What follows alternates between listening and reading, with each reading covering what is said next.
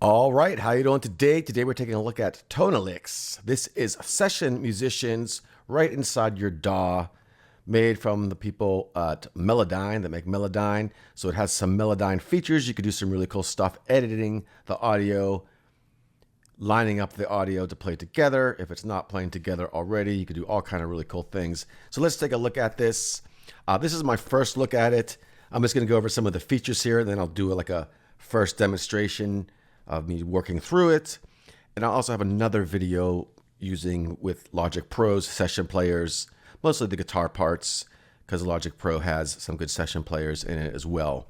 But anyways, let's talk about this. Let's get into this. Now, first off, I know this is going to be a big turnoff for a lot of people. It is a subscription service at the moment. It just launched, so who knows? But you can get 1 month for $1. That's what I did. Just if you're going to cancel it, make sure you cancel it before you get charged the $24 a month. The yearly deal doesn't seem too bad. It's $249 a year. This is for the studio version. There's also an arranger version. The studio version has a lot more features, including full sound control of the drive, ambience, and effects to the instruments, redefined tools for note level, pitch, timing, and dynamics, independent drum kit and cymbal control, and some other stuff. So if I do decide to get this, I'm going to go for the $249 a year, unless they make a, license you can just buy it one time out. I might think of that too. But anyways, maybe they're testing the waters. Let me know what you think in the comments. All right, so this is the plugin itself, and we could go through here and look at the different musicians. There's like a screen up here where we could check things out. Tells you about some demonstrations or whatever, and gives you a description of some of the session players. I recognize some of them, not all of them. But we got this guy here, I recognize from his YouTube channel, and he's worked with top artists through his whole career. Got the drummer here, worked with Beyonce and so forth. I know Kenny Arnoff's in here, drummer. Got a bass player. Founding member of the Foo Fighters, which is interesting. I thought Dave Grohl was the only member of the Foo Fighters when it started, but hey, I guess he was maybe the first bass player. I don't know. And then we got Brent Mason and some other people. But anyways, a lot of other people. I think there's 30 at the moment, 30 session musicians. Now what you see down here is 4 different tracks. Now I'm going to close that out for a second because I'm going to show you this. Close the plugin here for a second. So I got 4 instances of this plugin in my DAW. Guitar, drums, bass, and percussion. But I can control them all from here. One plugin. It doesn't matter what plugin. You can just open the drum one, it's there. Right now I'm on the guitar track, but I could just do this, and I got my guitars, drums, bass, percussion down here as well. My chord chart that I can either write in, I can drag a MIDI file in, get the chord chart from the MIDI file, which is cool, and just all your data, all your instruments just sync up to that chord track. And as you can see, I have slices here, very easy to swap in and out parts. You can edit them very easy. And the Pro version, or the studio version, I think it's called, you could even do finer edits to notes as far as pitch and dynamics. You could even put them in different ranges. So there's a lot of cool stuff you can do. This is the part that's like Melodyne here.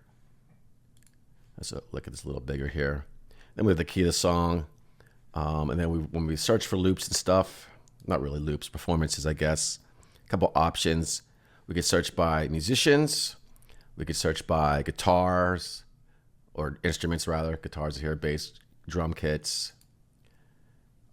Even a 7-string guitar. I didn't realize that was there before. And you could demo them here.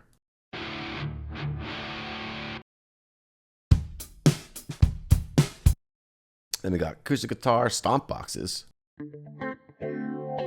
Okay. Distorted riffs, all kind of stuff. Drums, percussion. Got our percussion styles down here. We can search that way. We can search this way over here. You just start going for the roll, guitar, drums, bass, and percussion. So you want a guitar part, maybe you want a pop one, maybe you want an arpeggiator. It's going to give you all these options. We can come on here, even get more options, variations of that, transitions of that, endings on that, all kind of stuff. And then you just drag them down into your line down here. And if, for example, you could stretch these out because it might be only a 2-bar loop or something. But as soon as you drag it down here, you just stretch it out and it just automatically fills in, which is really nice. And we have all our tracks here. So let's play this real quick. This is something I came up with, and I'll show you more features as we go.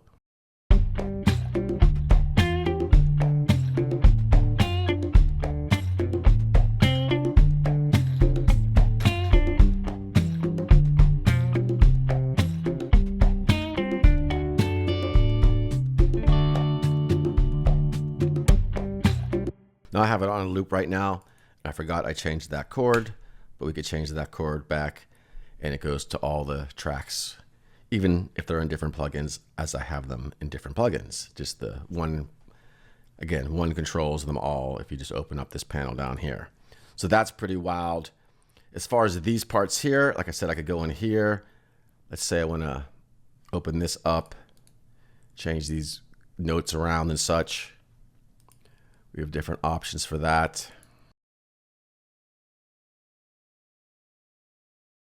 You can hear that change there. Obviously, that's not something I would do because I'm hitting the wrong notes. Maybe we'll get that last one up. So you have some editing that way. We have amplitude, you can make it quieter or softer.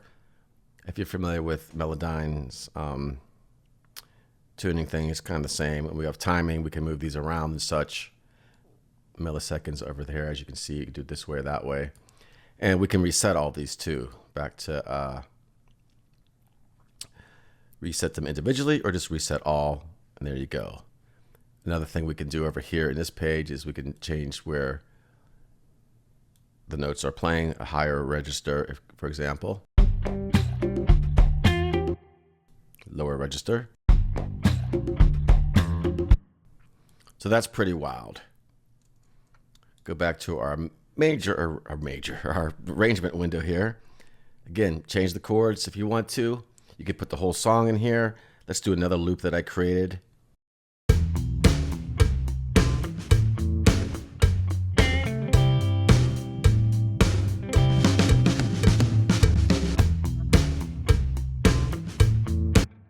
So these are actually on the same tracks. This drum track was on the same as that one. The cowbell I put on the percussion one, a shaker here. And you know, you can mix and match guitar parts and stuff like that. For this purpose, I did that. But if I was going to bounce these out to my DAW, I would do them differently, just different guitar sounds on different tracks or whatever. But let's go to the next part here.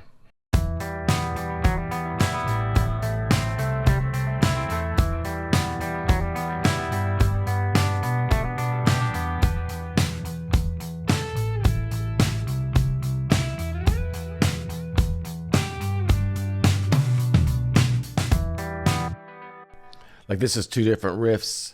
Again, I could come in here. I could take part of this one, a little chord part there, to maybe put it on an E minor chord right there. Make it smaller here. Put this in here briefly. It just fills in the gaps. And then you have a new guitar part.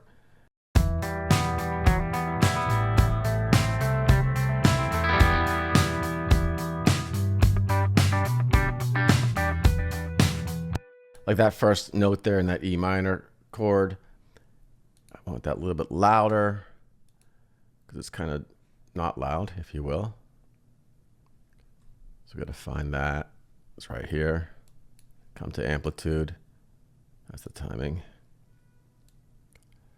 Make it a little bit louder.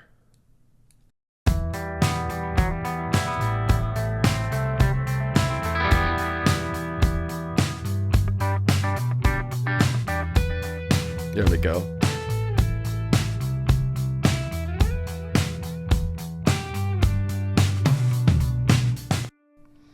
Now that drum fill's overlapping because I used just the beginning of that drum fill. But the swap stuff in and out is very quick. And another thing, we have our effects and stuff down here. So say you could select all of these. Let's do that. Select all these parts. And we can control the effects on all of them. So we want to turn off all the ambience.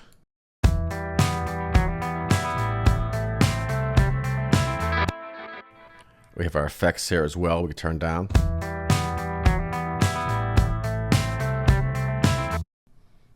We have drive. We could boost the drive on all of them, or we could do them individually. Like say we want the drive just on the guitar, or just the ambience on the guitar track. I'm just going to highlight these all those parts right there. Boost up the drive.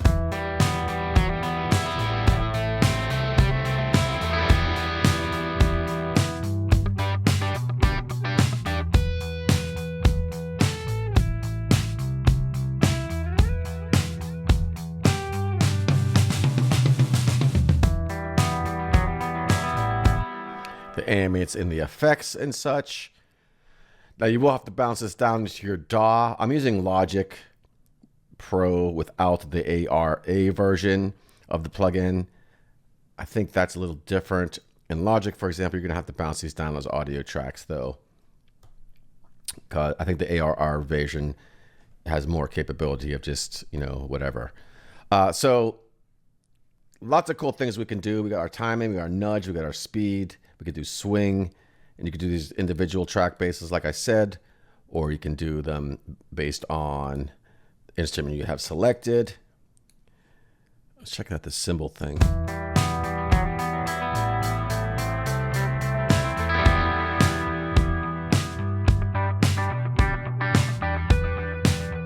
So I guess that would be cool. Since the drums are not multi-track, you could just bounce out the kick and snare and the toms, I guess, and then have the cymbals as a different bounce out. Put your ambience back in or turn it off.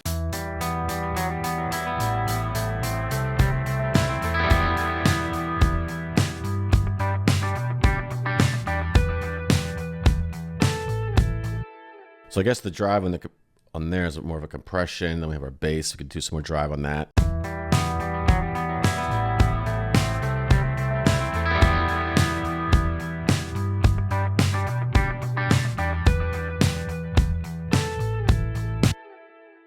And of course, we come in here, select our bass part here, and do some transitions, some fills,